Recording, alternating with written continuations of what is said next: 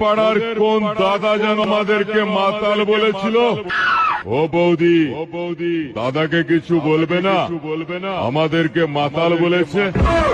আরে শোন, আমরা যাতে মাতাল তালে ঠিক, পাড়ার বৌদিরা জানে আমরা কতটা রোমান্টিক। মাতাল বলবি না।